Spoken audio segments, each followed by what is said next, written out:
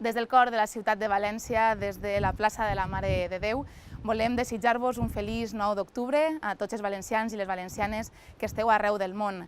Volem que sapigueu que compteu en la nostra col·laboració en un nou model de comunicació entre els centres de valencians que esteu arreu del món i el Govern de la Generalitat per a fomentar les nostres tradicions, les nostres costums i la nostra llengua valenciana. Feliç 9 d'octubre.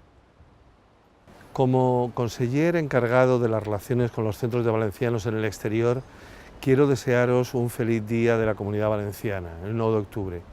El 9 de octubre conmemoramos desde hace siglos la llegada a la ciudad de Valencia del rey Jaume I.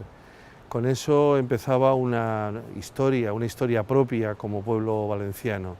Y hoy vosotros, cada una de vosotros, de vosotras, estéis donde estáis también con nosotros, porque es nuestro día, es el día de todos.